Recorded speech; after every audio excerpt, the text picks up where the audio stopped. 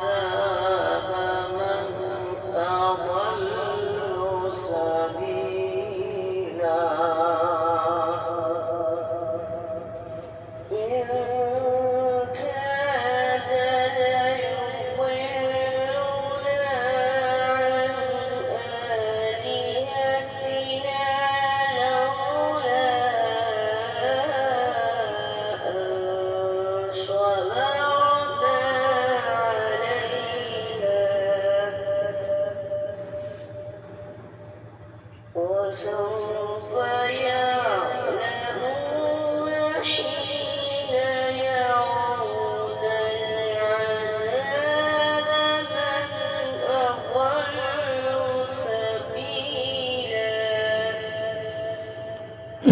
معزز خاتم حضرات، رب کائنات کی پاکیزہ کتاب قرآن مجید 19واں پارہ سورۃ الفرقان، آیت مبارکہ ہے 42۔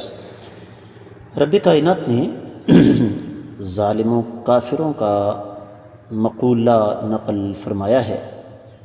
ان کادا شاید کے قریب ہے، لا یضلنا یہ ہستی مقدسہ یعنی نبی کریم صلی اللہ علیہ وآلہ وسلم ہمیں بھٹکا دیں، گمراہ کر دیں، یا ہمیں گمراہ کر دیتے عن آلہتنا ہمارے معبودوں سے، لولا اگر نہ ان صبرنا ہم ڈٹے رہتے علیہا اس پر، وسوف پس ان قریب یعلمون یہ جان لیں گے، حین جب یرونا دیکھیں گے، العذاب سزا کو، من کون ہے، اضل زیادہ گمراہ، سبیلا اصل راستے سے۔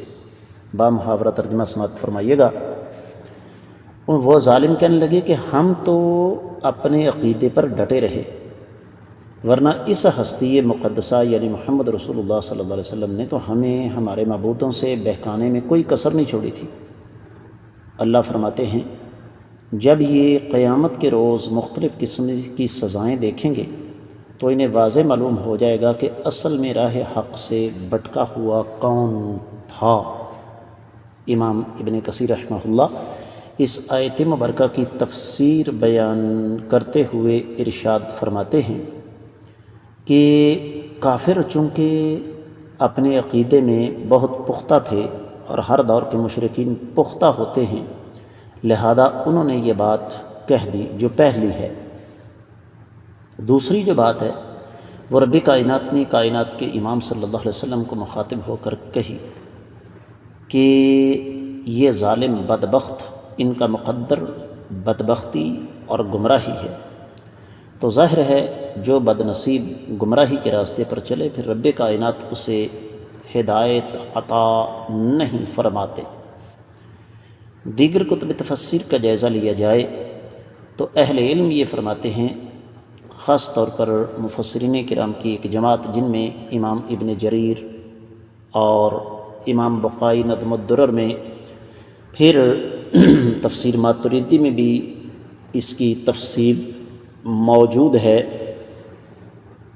کہ امام الانبیاء محمد رسول اللہ صلی اللہ علیہ وسلم کی بین السطور ان ظالموں نے عظمت کا اعتراف کیا ہے، آپ کی صلاحیتوں کا اعتراف کیا، کہ جس طرح انہوں نے سیدنا ابوبکر، سیدنا عمر، سیدنا بلال، سیدہ خدیجہ اور بہت سارے لوگوں کو اپنے ساتھ ملا لیا تھا، اگر ہم اپنے عقیدے پر ثابت قدم نہ رہتے تو یہ محمد صلی اللہ علیہ وسلم تو ہمیں بھی لے گئے تھے، لیکن ہم ڈٹے رہے، ہم نے ان کی دعوت کو قبول نہیں کیا۔ یہ مضمون آگے بھی آ رہا ہے، سورہ صاد میں 7ویں اور 6 اور 7ویں آیت مبارکہ ہے۔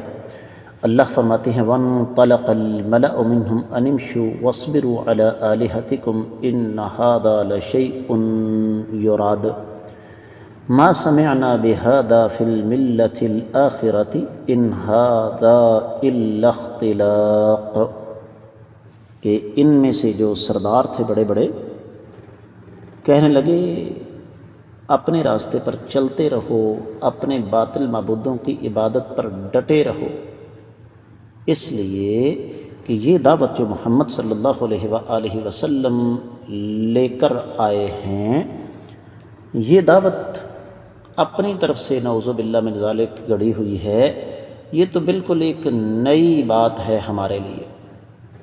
تو اللہ رب العزت ارشاد فرماتے ہیں وَسَوْفَ يَعْلَمُونَ حِينَ يَرَوْنَ الْعَذَابَ مَنْ أَضَلُّ سَبِيلًا، یہ اپنے تئیں سمجھتے ہیں کہ ہم بھائی جس راستے پر ہیں وہ ہدایت کا راستہ ہے، ہم صحیح راستے پر چل رہے ہیں۔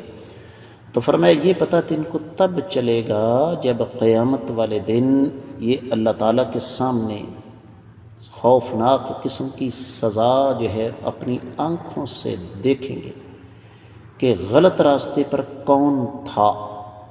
ان الفاظ کی ایک مناسبت تفسیر ابن عادل میں ہمیں ملتی ہے، اور وہ یہ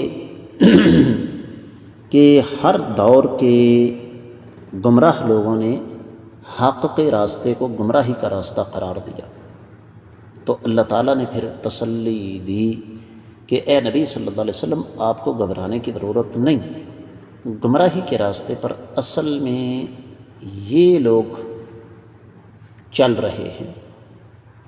اور یہاں پر میں بحث و تفسیر کا حوالہ دینا چاہوں گا، اس میں ایک بڑی خوبصورت بات لکھی ہوئی ہے۔ فرماتے ہیں وَمَعَ أَنَّ أَعْدَاءَ الْإِسْلَامِ يَنَالُونَ مِنْ قَدْرِ الرَّسُولِ وَيُظْهِرُونَ الْإِسْتِخْفَافَ بِهِ فَإِنَّ أَقْوَالَهُمْ وَأَفْعَالَهُمْ تُشِيرُ إِلَى مَا تَكِنْخُ نُفُوسُهُمْ مِنَ الْإِعْتِرَافِ بِهَذَا الرَّسُولِ الْخَاتَمِ وَأَنَّهُمْ يَكَادُوا يَتَّبِعُونَ دَعْوَتَهُ وَيَتْرُكُونَ مَا هُمْ عَلَيْهِ مِنْ عَدَمِ الْإِيمَانِ فَالْقُرْآنُ يُزَلْزِلُ قُلُوبَهُمْ بِأُسْلُوبِهِ الْمُقْنِعِ۔ بڑی قیمتی بات ہے کہ دشمنان اسلام بھی کائنات کے امام صلی اللہ علیہ وسلم کی قدر پہچان چکے تھے اور آج بھی پہچانتے ہیں، لیکن اپنی ضد، عناد، حسد اور بغض کی وجہ سے نہ اس دور میں انہوں نے حق کا اعتراف کیا اور نہ آج کرتے ہیں، حالانکہ ان کے اقوال اور ان کے افعال اس بات کا اعتراف ہیں کہ نبی کریم صلی اللہ علیہ وسلم اور آپ کی دعوت سچی ہے، اور اہل مکہ بھی قریب تھے کہ آپ کی دعوت کو قبول کرتے۔ قرآن نے ان کے دلوں کو ایک دفعہ ہلا دیا تھا، لیکن تکبر نے راستہ روکے رکھا۔ یہ آج بھی سلسلہ جاری ہے۔ اور پھر امام الانبیاء محمد رسول اللہ صلی اللہ علیہ وآلہ وسلم کی اس دعوت کا نتیجہ آپ دیکھیں۔ مفسرین کرام یہ لکھتے ہیں کہ آقا علیہ السلام نے کتنے بڑے بڑے برج الٹ دیے اپنی دعوت کے ساتھ، کتنے بڑے بڑے سردار اللہ تعالیٰ نے ان کو صراط مستقیم کی طرف آنے کا موقع نصیب فرما دیا۔ یہ بہت بڑی شکست تھی اہل مکہ کی، اور یہ سلسلہ تو آج بھی جاری ہے۔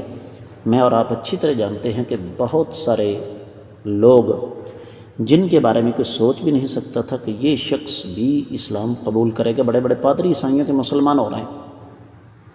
تو اس لیے کفار کا یہ کہنا کہ بھئی ہم تو ثابت قدم رہے، اور ظالموں تم ثابت قدم نہیں رہے، تمہاری اس سے بڑی بد نصیبی اور کوئی ہو ہی نہیں سکتی کہ تم لوگ حق کے راستے پر نہیں آ سکے۔ اہل علم نے یہاں پر ایک بات کی ہے، خاص طور پر تفسیر المراغی میں لکھا ہے کہ یہاں پر دو اشارے ہیں۔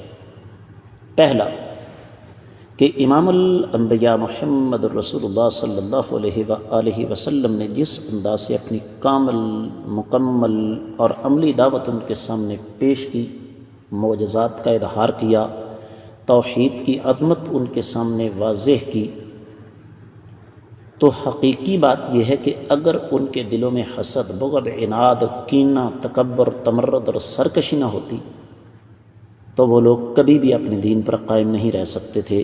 اس کے دلائل بالکل واضح ہیں۔ دوسری بات جو یہاں پر لکھی ہوئی ہے تفسیر المراغی میں، وہ یہ کہ ان کے اپنے تناقضات اور اضطرابات بالکل واضح ہیں۔ اگر کفار مکہ کا جو آقا علیہ السلام علیہ السلام کے ساتھ رویہ اور سلوک تھا، اس پر غور کیا جائے تو ہمارے سامنے بہت کچھ آ جاتا ہے۔ ان کے اپنے عقیدے کے اندر تناقض تھا، اور آج کے اہل شرک کے عقیدے کے درمیان بھی تناقض ہے، اور یہی وجہ ہے کہ اہل علم یہ لکھتے ہیں کہ اللہ رب العزت نے یہاں پر اس بات کی وضاحت فرما دی کہ تم ظالموں کو پتہ ہے کہ محمد صلی اللہ علیہ وآلہ وسلم کی جو دعوت ہے وہ سچی ہے، لیکن تمہاری اکڑ نے تمہیں اس دعوت سے دور رکھا۔ تو رب کائنات فرماتے ہیں کہ کوئی ایسا مسئلہ نہیں، کب تک، بہت جلد تمہیں پتہ چل جائے گا کہ حق پر کون تھا اور غلط راستے پر کون تھا۔ تو اس کے ساتھ ہی اس آیت مبارکہ کی مختصر تفسیر مکمل ہوتی ہے۔ اجازت چاہوں گا۔ السلام علیکم ورحمۃ اللہ وبرکاتہ۔